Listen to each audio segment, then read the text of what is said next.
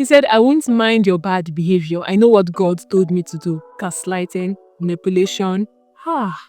Brother matter. Then he dropped the ring on the table and he said, wear it. Wow, who does that? I mean, even if you don't want to kneel down, right? You're asking a lady to get married to you, to come into your world. You have to be polite and loving about it.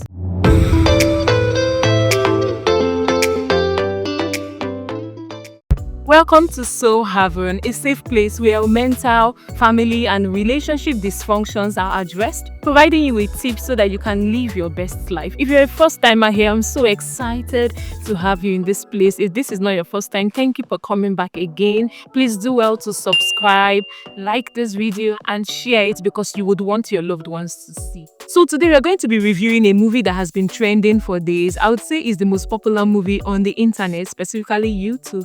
It's titled Last to Marry, and PL did a great job in producing such a movie. So while we're reviewing this video, it's very interesting. It has a lot of insight, and I've come to understand on my journey as a therapist that some persons will see red flags but interpret it as a carnival. They will think a carnival is going on, or they'll think it doesn't really matter. So let's highlight some things that really stood out in this movie and talk about it. By the way, I love Jimmy, she's one of my favorite actresses. So the first thing in this movie was, wow, like walking into that place and those guys were busting their balloons, and I was like, oh, what is happening here? And the host, you see those hosts, they're actually the worst people in things like this. Imagine what she said to her. You are not the bride. You might just be the bride's friend or whatever, and you forever remain the last to marry. And I was like, wow, right? You're supposed to be the middle ground in this setting. But it actually speaks a lot to things that we hear around us, especially when we are going through tough times. The kind of things we hear reinforces whatever might be going on in our lives. Those words were strong. But let's move on.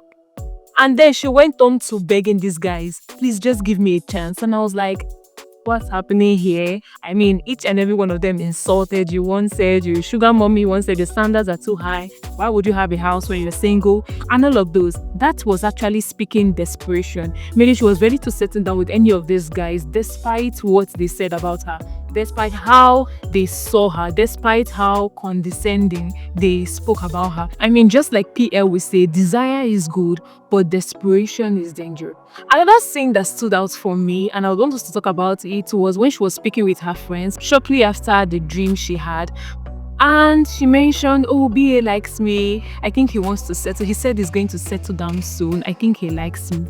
I think this should be a standing rule in singleness. Never assume a person likes you unless they have said it to you, unless they state it verbally, unless they tell you that I like you and I want us to be a couple. I want us to build a relationship. I want to get married to you and all of those, right? But never assume. Don't think, oh, their body language is saying this. Oh, it seems like I feel she does. I feel he does. No, please. So you won't end up in the mess that she ended up in. I mean, it got her heart broken all over again. That he was going to settle down with somebody else. So you don't want to be in that space, right? And there is a silent rule that most ladies are struggling with when they sense that, oh, a guy probably likes them but hasn't said anything, and they like that guy. They don't know if they should confront the guy and tell him the way they feel, or they should just wait until the guy figures out something, right? I'm not going to tell you what to do. Some persons will say, confront the guy, there is nothing there. Some persons will say there is a way to position yourself that the guy would know, okay, there is something that he needs to do and all of those. I would say you can ask questions. If you see that the guy is already going beyond borders, you guys talk more often and all of those, you can just ask questions. What are we doing? It doesn't mean that you're desperate. What are we doing? Let's define this relationship. Are we just friends, or there is something more, right? I mean, that could be a conversation starter for him to state his intent, whatever it is that he wants to do. But please don't remain in that space of assumption, thinking that something would work out. I mean, you can bail out any day and say, oh, I never told you that I was interested. And there is nothing that you would be able to do. Now, who else noticed something? There was a scene that struck me a bit. When Amata and Abidemi met for the first time, when he introduced himself, she made some statements that if she had made those statements while they were beating, he would respond in a terrible way. He would flare up. He might probably hit her and all of those. She said one thing. She said, oh, I thought you were a lady. Of course, he was thrown back, but he gained his stand. He acted like there was nothing wrong. The second thing she said was, "Oh, I thought you were Amara." And he was like, "No, I'm Amata." He just smiled. It was totally fine to him, right? And then he said something else. He said, "At your humble service, ma'am." And anybody would think that, oh, this guy is humble, this guy is okay, does not have an issue and all of those. Or moving forward, you're going to see how this guy displayed his full colors. I mean, he even helped her to close her gates. And she made the statement, she was like, "You're such a gentleman. First impression might matter, but you don't have to judge a person entirely by their first impressions because they might shock you at the end." One of the statements he made was, "Oh, I love an independent woman." And I mean, she'll be thinking, oh, I mean, this is somebody that is reasonable and all of those. As well. This particular scene where she said, "What just happened?" I think I asked myself that question also. I was like, what just happened? Because, I mean, what just happened? I think this was the first red flag that was indicating that this person has an issue that needs to be dealt with, right? It was a casual statement, and he insulted her. He said, "That's why it's hard for you to get a man." I mean, that's a lot. That is demeaning. That is a whole lot. Or guess what? She still stayed because she was desperate, right? And I think this points out to so many of us that are in relationships, and not just romantic relationships, where you have people, you're surrounded by people that talk down on you, but you just still feel the need to be validated. You just want to be in their space because maybe you have no other person or you're desperate. I mean, this is a sign, right, that you deserve respect. You deserve to be spoken to with respect. So you shouldn't just allow anybody to talk down on you in a certain way. And you find yourself in such toxic relationships, either you address it and if they refuse to change, then you move. You're deserving of good people, and there are good people out there that will be grateful to have you in their set. Another person that showed up on scene who has a very interesting character was Senior TJ. Senior TJ is this caring guy. He knows how to treat his women right. He sent her 500k as resting allowance. I mean, he cooks for her, he takes care of her, he helps her to stand up for herself and all of those. But he was married and they don't share similar faiths, which was an issue for her. But she didn't really see it as an issue. Why? Because she was desperate to settle down. Initially, it was a challenge, but as time went on, with him being in her space more frequently, she began to see reasons how it could work. But thank God for her mentor that called her to order. Senior TG has good lines. Oh my God. So there was a statement she made here. She was like, "We don't serve the same God," because he said we serve the same God. God is everywhere. She said, "Yeah, God is everywhere, but we don't serve the same God. I believe Jesus Christ is God. What do you believe?" Now, Senior TJ, he took a breath. He calmed down and he said, "I believe in you." Oh my God. Truly, what lady would not want to fall for those, right? But I mean, the matter of faith is very, very important. You can't build a healthy relationship with somebody that you don't agree on the same things that are vital to you. It's very, very hard. There will be conflicts. The things that matter to you, like your beliefs, your faith, you have to be on alignment and agreement with a person that you want to build a relationship with. The person has to believe these things also. Otherwise, you would face issues later on. And you could see that towards the end. When in her vision, she saw that she was going to have girls and all of those.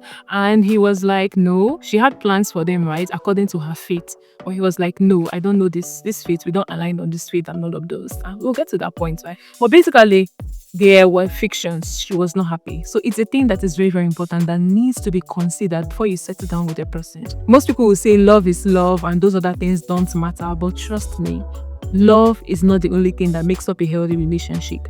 These other things matter. Another red flag that Amata displayed was, after Senior TJ was leaving and Amata was coming in, she was already scared and she was fidgeting. And I was wondering, why? Did you do anything wrong with this person? Why are you scared and all of those? And if you're in a relationship and you find yourself fidgeting at the mention of your partner's name or in their presence, then there is actually an issue, right? If you can't be comfortable and be yourself in the presence of your partner, then it has to be addressed. But anyways, he comes in after how many days? After some couple of days of not responding to her call due to their past fights, then he comes in with these bars. Because he knew she was a Christian lady, right? And this was a proper gaslighting, manipulation. And he said, the reason why I'm coming back is because God told me that you are my wife.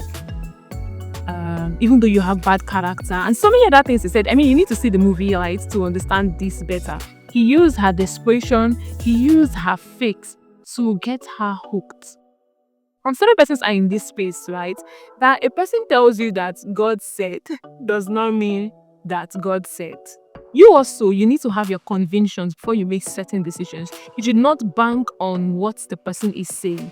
And it's not just relationships alone, even business transactions and friendship and some other things. You don't have to bank on God said alone from that person's perspective or point of view. You need to have your own convictions. And I think one of her friends mentioned it also when they were having their exercise. The friend was like, oh yeah, he has said, but what about you? What have God said to you?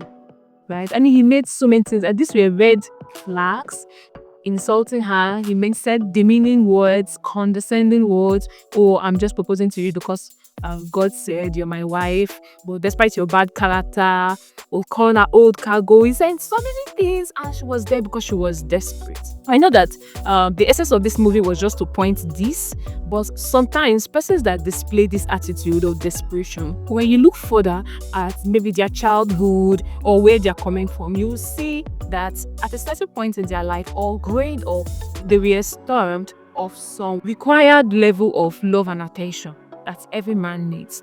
When I mean man is generic, that everybody needs, right? And we all need some certain level of love, attention, support, care to function as human beings. And when these things are not available, we become desperate. And wherever we see it, even though that place is toxic, we would go after it there. Do you get? Yeah. So some persons, they might have this back end that makes them act in this particular way. So perhaps you see yourself in Abidemi, you should reflect and find out, why am I acting this way? I mean, this person insults me. This person does not see the value in me, but why am I desperate to settle down with he or her? Another red flag, and this is kind of peculiar to narcissists, they would put out dirty behaviors and use love to serenade you so you wouldn't see it. So he had not been picking her calls for a couple of days, and she complained about it. What did he say? He said, shh, I'm here now. Just forget about it. You're here now, that is not the thing. And he gave her a kiss on her forehead, right? Or to cool her down. They should have a conversation. He should be able to explain himself why this. And if it's consistent, then it shows that there is an issue. This is one thing that narcissists, they pull out, right? They use love. They can love bomb you despite the dirty behavior that they're putting out. You need to be able to separate their actions from the things that they say. You need to be able to separate those love that they express, those things, those actions, right, that they put out and they say love, and the dirty behavior that they're also putting out, right? I need to know, what am I doing in this space? Is this healthy or not? Yeah, God. I came across this pattern and I was blown away. So he looked at her gym outfit and he said, why are you dressed this way? You step out of the house. And I mean, there was nothing wrong with her outfit. And he said, no wife of mine. He knew that. I mean, I will give Amata this. I'm going to give him this, right? He knew how to use his words, even though he was manipulative. He said, no wife of mine would dress like a prostitute. And she did not hear that part. What she heard was wife, because that is what she wanted. This is actually a pointer to so many persons that are receiving a whole lot of trash and nonsense, all because they are getting one particular thing that they've always wanted. This is a call to pay attention to your space, to your circle, and mainly filter. Because what this does in the long run is that over time, you begin to doubt your self-esteem. You begin to doubt your value as a person. So even if you're getting love from this person, your self-esteem is going down the drain, right? Your self-worth is going down the drain. You won't be able to do things for yourself anymore because the person you love sees you in a certain way. So it's detrimental. So you need to pay attention to it. He said, I won't mind your bad behavior. I know what God told me to do. Gaslighting, manipulation. Brother matter. Then he dropped the ring on the table and he said, wear it. Wow, who does that? I mean, even if you don't want to kneel down, right? You're asking a lady to get married to you, to come into your world. You have to be polite and loving about it. Well, let's move on. I think this is glaring. This is as clear as possible. Some persons might still say this and feel, oh, that's the kind of person he is. He's a very empowered person. He has ego. He does not have to show that he is caring and loving, but I know that he loves me. I know he cares. He doesn't just know how to show it and all of those. My sister, my brother, please. When it has to do with love, there is intentionality. There are some things that you might not know how to do before, but you have to learn it to make your relationship work. There is always intentionality, right? You have to do what needs to be done. Do what it takes to make your partner feel loved. They shouldn't be doubting if you love them or not. I felt this slap. Guys, I felt the slap. I mean, she was in a space where she was imagining the outcome of her relationship. What would happen if she get married to Amata, and what would happen if she get married to the TJ? I felt the slap. How can you profess to be a Christian, or your character is not showing that? One way you can actually judge spiritual maturity is by character. Not because the person can speak in tongues or the person goes for evangelism. All of those things are good. Or if it's not reflecting in their character, if their character does not look like Christ, or they're not on that path, they're making conscious effort to becoming like Christ, then there is an issue. You can't just sacrifice your life all because a person is claiming to be spirit-filled, born again, and all of those. Like, I felt that slap. What did she say? She was like, okay, let's do this to pay the rent. I didn't want to go deeper into that issue, right? But I mean, this was also a red flag. But it was a dream or a vision where she was imagining what would happen if she gets married to either of these guys. Why would they slap her? Even if she said something that was terrible, why would you hit your partner, male or female? Why would you put your hand on your partner? Why would you abuse them? Some persons will say that, would you hit your fellow man like that? Or would you hit your fellow woman like that? No. Or because you feel like this is somebody you can prey on. It actually comes from a place of low self-esteem, right? You're trying to show your strength on somebody. You don't even have that strength, really. Then we get to the sweetest part of the movie when she went to see her mentor, presenting all that has been happening and the dilemma she was in. She needed to make a decision. And PL did. I mean, P has done everything. I don't even have much to say. She actually addressed every single thing that needed to be addressed. There are so many things she said that were profound that you need to actually see this movie to learn and know them for yourself. That was where she mentioned that desire is good, but desperation shows that there is a dysfunctionality somewhere. It shows that there is an issue somewhere. She said, do you want to marry now or do you want to marry well? Then there was something she said that was also profound. The lady talked about couples, right? Something she has been wanting. She knew that God would have her do with her life. But she was waiting till she gets married before she can fulfill purpose. Her mentor here was helping her understand that you don't have to wait till you're married before you can fulfill purpose. You can start now. In fact, it's on that journey of purpose fulfillment that you would find your other half. Or that you would find your special one. Anyways, one thing I can pick from here, and I want you to also pick, is the benefit of having a mentor. As we go by life, we'll come to points where we are confused and we need to hear a superior voice, somebody that can speak wisdom into our lives, right, and call us to order. We would come to points where we have different options and we don't know what to choose. Right? We need a mentor in our life that will guide us, that will direct us. Somebody that has gone ahead of us, right, and has seen these things and they were able to navigate it. Nobody should really be doing life without a mentor. It is very dangerous. We all need a mentor in our life to guide us, to speak words of wisdom into our lives. And the end of the movie, I'm not going to tell you. If you have not seen it, go and watch it and find out how the movie ended. But that brings us to the end of this review. It has been a great time with you guys. Can you comment below the things that stood out for you? What was your light bulb moments from the movie and all of those? Do well to subscribe. If you haven't subscribed, please like this video and share with your loved ones so that those ones that are seeing red flags but they are thinking that it's carnival, they would understand the handwriting on the wall and call themselves to order. Till we meet again, this is Soule Haven and I remain your talk therapist.